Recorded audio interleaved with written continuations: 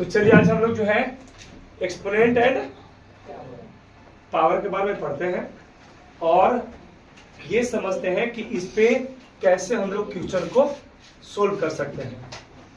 ठीक है, पहला तो एक्सपोनेंट और पावर्स, इसका मीनिंग समझिए।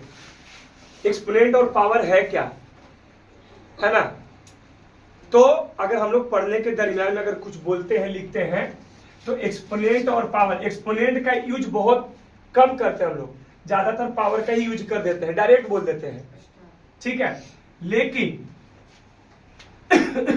जैसे फॉर एग्जाम्पल कहता है कि कोई भी नंबर का पावर उसके माथे पे बैठा होता है। हम लोग का पावर कहां है, हम लोग का पावर कहां है जी, है कि नहीं है। देखिए हर एक चीज का पावर माथे में ही होता है, इसके बिना यूज कर लेंगे हम कुछ भी, सब पावर यही है। अगर ये दिमाग कहेगा कि भैया हाथ से उसको एक तड़ाक लगा दो, लगा देंगे, और नहीं बोलेगा तो पावर सब यही कंट्रोल करता है। सब इसी को हाथ उठवाएगा, इसी से पैर उठवाएगा। ये दिमाग बोलेगा कि भैया देखो उधर से कोई पत्थर मार रहा है, बचना है। ये पावर आपका कंट्रोल कर रहा है दिमाग। वैसे ही देखो ये कितना बढ़िया सिंबल भी है कि अपने कोई भी नंबर का अगर माथे पे कोई नंबर बैठा हुआ होगा और भी किधर, और भी किधर नंबर के देखो एन नंबर है राइट साइड में, किधर साइड में, राइट साइड में है। तो ये इसको हम लोग जो है इसको ही कहते हैं एक्सपोनेंट। क्या कहते हैं भैया, एक्सपोनेंट। इसको एक्सपोनेंट कहते हैं। और जिसके ऊपर 2 बैठा हुआ है इसका नाम है बेस। क्या नाम है, बेस। तो सर पावर किसको कहते हैं। देखो हम लोग ना बोल चाल के भाषा में जल्दी जल्दी में कह देते हैं 1 का पावर 2, 1 का पावर 2, 1 का पावर 2 कह देते हैं ना। लेकिन पता है ये ओरिजिनल में ये एक्सपोनेंट ही कहलाता है, जिसका नाम एक और भी इंडेक्स भी कहलाता है, इंडेक्स। ठीक है ये जो बेस है, अब ये तो सर पावर किसको कहते हैं, ये पूरे को, यानी जो पूरा नंबर जो लिखा के तैयार हो गया, देखना सुनना ध्यान से बता रहे हैं हम यहां से अलग अलग करके। 2 का नाम एक्सपोनेंट, जो माथे पे बैठा हो तो उसका नाम क्या होता है, एक्सपोनेंट। ए जो होता है वो बेस होता है। बेटा 1 का पावर 2, ये पूरे को हम लोग पावर कहते हैं। क्या कहते हैं, पावर। ये पूरे पावर में आ गया। 2 अलग से एक्सपोनेंट, ए बेस, और 1 का एक पूरा एक ही साथ नाम बोलना, यानी 1 का पावर 2, यानी ये पूरा एक ही साथ बुला रहा है 1 का पावर 2। इसी वजह से इसका नाम क्या हो जाता है, ये पूरा पावर है। ये पूरा क्या है, पावर। ए क्या है, बेस, और A2 क्या है, एक्सपोनेंट। क्या है, एक्सपोनेंट। तो इस तरीके से इसका मीनिंग क्या हुआ, सर 1 का पावर 2 पढ़ते ऐसे ही है, नहीं कि एक्सपोनेंट पढ़ेंगे, नहीं बोले 1 का पावर 2, 1 का पावर 2 बोलना ऐसे है ना। लेकिन कोई आपसे पूछेगा कि 2 क्या है तो एक्सपोनेंट, ए क्या है, बेस, और 1 का पावर 2 पूरा, दोनों एक ही साथ, उसका नाम पूरा क्या है, पावर है। जब इसमें आगे बढ़ते तो इसका मीनिंग क्या है सर, 1 का पावर 2 का मतलब क्या निकल के आता है बाहर, क्या समझा जाए इसका मतलब। इसका मतलब बेटा ये समझा जाए कि यानी 1 को 2 बार मल्टीप्लाई कराने हैं।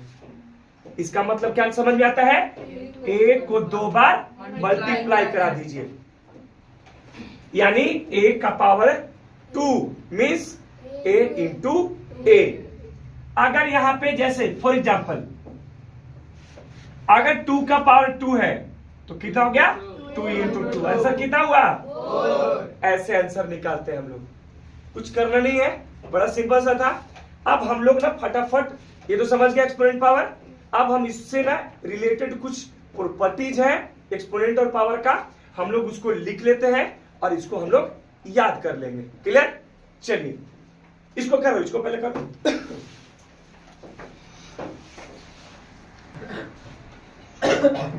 चलिए देखिए फास्ट,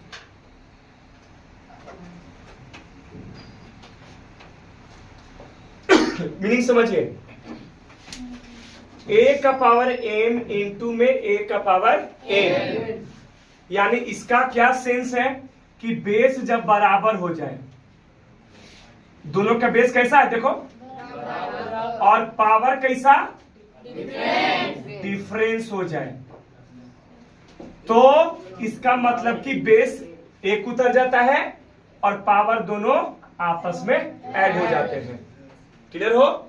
ये फॉर्मूला है, आप इसको प्रॉपर्टीज इसको याद करोगे तो क्वेश्चन जल्दी जल्दी डील हो जाएंगे। आगे सेकेंड नंबर, ए का पावर एम डिवाइडेड बाई ए का पावर एन। देखिए बेस वापस फिर से सेम हो गया, पावर डिफरेंस हो गए, तो यानी बेस उतर जाएगा और पावर आपस में क्या हो जाते हैं, माइनस हो जाएगा। क्लियर?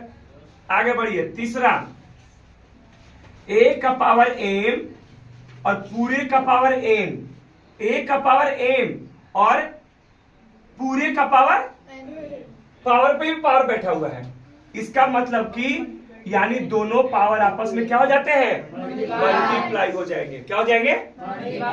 आगे बढ़िए। चौथा, अगर ये अब उल्टा हो गया, ए का पावर एम इंटू में बी का पावर एम, अब उल्टा कंडीशन, दोनों बेस डिफरेंस हो गए और पावर सेम हो गया, तो क्या कैलकुलेशन होगा, ए बी का पावर एम। कोई दिक्कत नहीं। अगला, ए का power m divided by b का पावर एम, बेस डिफरेंस है तो यानी ए बाई बी का पावर एम, ये आपका पांचवा। ठीक है? आगे,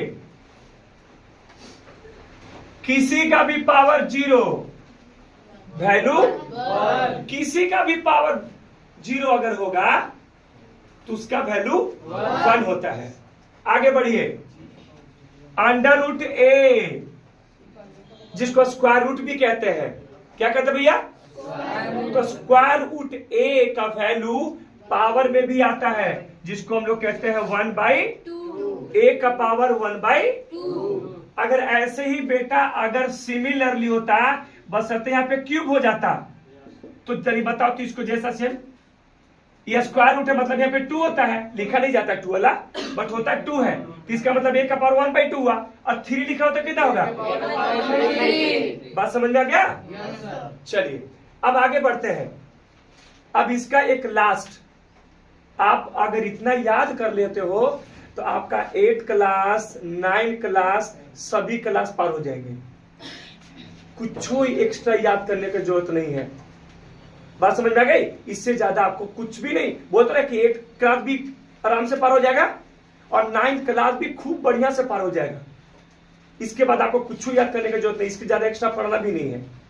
ठीक है? अगला एंड लास्ट, ए का पावर माइनस, ए का पावर -1, इसका वैल्यू होता है 1/a। अगर यहीं पे अगर रहता ए का पावर -2 तो इसका मतलब 1/a का पावर, यानी माइनस हटा 1/, लगा माइनस हटा 1/, लगा। वहाँ पे 10 रहेगा तो 10 भी लिखेंगे, यहाँ 2 लिखा हुआ तो 2 रहेगा, यहाँ 10 लिखा रहेगा तो 10 लिखेंगे। माइनस हटा माइनस हटा तो 1/, लगा 1/, लग गया, माइनस हटा 1/, लगा, बाकी 10 के 10 उतर जाएगा। बात समझ में आ गई?